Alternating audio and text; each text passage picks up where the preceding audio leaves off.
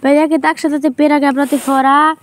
Φακελάκι με αυτοκόλλητα Super League 2024-2015 και μέσα έχει 6 και κάνει το 1 ευρώ. Πάμε να το ανοίξουμε. Το άνοιξα. Δεν μπορώ με δύο χέρια όπως βλέπετε.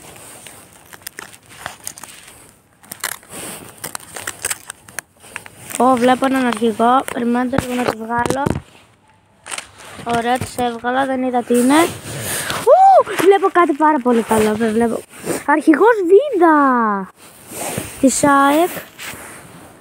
Ο Κάλενς της ΑΕΚ. Ο Σιφουέντες του Άρη. Ο Έζε του Ολυμπιακού. Και Μασούρας Άικον.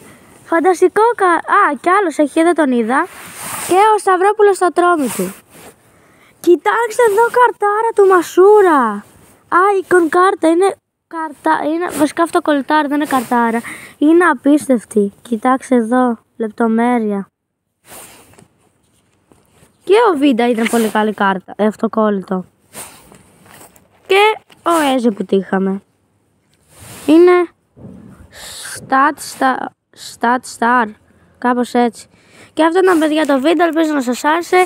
Κάντε εγγραφή στο κανάλι, πατήστε το like από μένα. Γεια!